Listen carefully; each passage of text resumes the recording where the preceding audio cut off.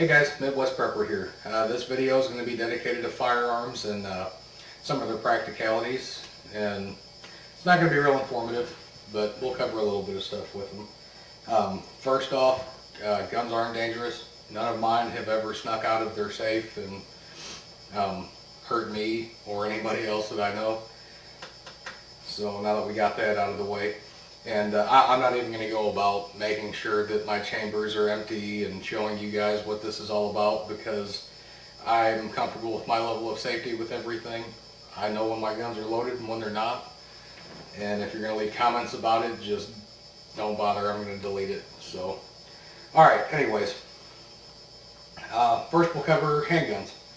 Handguns are great because they're typically small, not real heavy, they're concealable, they can be taken with you just about anywhere. Not necessarily legally be taken with you anywhere, but you know, they're compact, they're small. They can fit on your person, they can be stuffed in areas in your glove box, or you know, in between the seat and the console. You can even, you know, mount a holster someplace, you know, to the bottom side of your dashboard to keep one if it's legal. Yeah, bottom line, it's able to go with you someplace. But handguns are also limited in their abilities. You don't have a real long barrel. This one's a 5-inch barrel. It's fairly accurate. But at the same time, my theory on a handgun is the only thing that it's good for is fighting your way back to something that's bigger. Alright, now that we've gone over the handgun, the next most common gun, which I think it should be probably one of the ones that's pushed more towards beginners, would be the shotgun. The shotgun is fairly easy to use. Typically they're pretty inexpensive. You know, this has got quite a few things done to it so far. I always put all my own accessories on my weapons, and they're always chose for specific reasons. This one's a Remington Model 870. It has, I put the Surefire Picatinny forend on it. One of the side saddles. Tack light. This one has a 16-inch barrel with a fixed 2.5-inch muzzle brake that is intended for door breaching. It also has a few other practical purposes. But the one big thing about the shotgun that I think is commonly overlooked is its biggest strong point is its ability to be able to change loads. You know, you can, if you got a round of buckshot chambered in this thing, if you trained yourself right and you know, always go through the motions and train, you'll be able to pop a, you know, your buckshot out and be able to change over to a slug in less than 2 seconds and, you know, engage a target or an animal, whatever it may be, that's, you know, 100 yards plus away and still be accurate with it. You know, once again, this one's just pump action. They got semi-automatic, they got some that are magazine fed now, but, you know, price points on these guns are, you know, typically fairly cheap. You can get into a used shotgun for less than $200 for sure, and you can get a new one for right around $300, sometimes under $300. It just depends on, you know, the accessories that you're wanting on it, or, you know, brand, make, and model. Mossberg 500 is another real common shotgun. You know, bottom line, the shotgun's a great home defense weapon. It's a great gun for beginners to use. They can be a little bit intimidating, they can be a little bit awkward to handle, but the more you do it, the more you train with it, the more at home you're going to be. And the AR-15.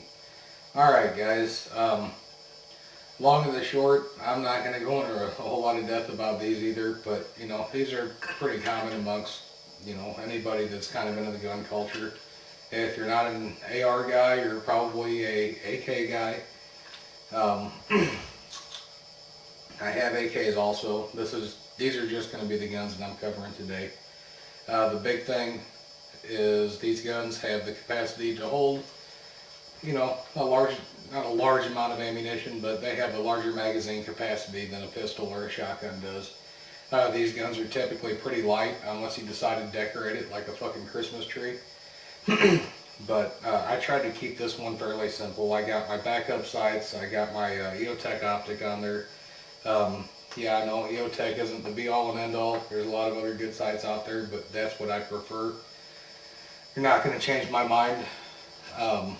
This thing's decorated with a lot of the Magpul stuff on here, a few of their concept products. And the one that I can tell you was probably worth more than everything on the gun so far has been the bad lever. It's been an incredible pain in the ass and a blessing at the same time. But yeah, mostly the pain in the ass comes from me having to relearn how to, run the gun whenever I'm running this bad lever. But it is saving me a whole lot of extra movement whenever I'm using the gun. That's one of the things that I like about it. If you have one, you know what I'm talking about. If you don't have one, it's not a necessity, but if you're looking to change the way that you might run the gun and be a little bit more efficient, it's not a bad thing to look into. But yeah, there it is. Every long gun should have a higher end flashlight on it, if you want my opinion. I don't see why not. There's a lot of debate over, how flashlights can work two ways, and in all honesty, unless you're a real tool, if you're training and you're training right, you're gonna know what to do with that flashlight. It's not meant to be, pointed around like you're on a treasure hunt. So if you're gonna leave comments about that, you can save yourself the time. So anyways, not meaning to sound like a dick all the time, but anyways, here's a couple of my toys. I figured I'd give you guys a little bit of gun porn to look at, and sooner or later I'll pull a few more out and we'll get to playing around some more.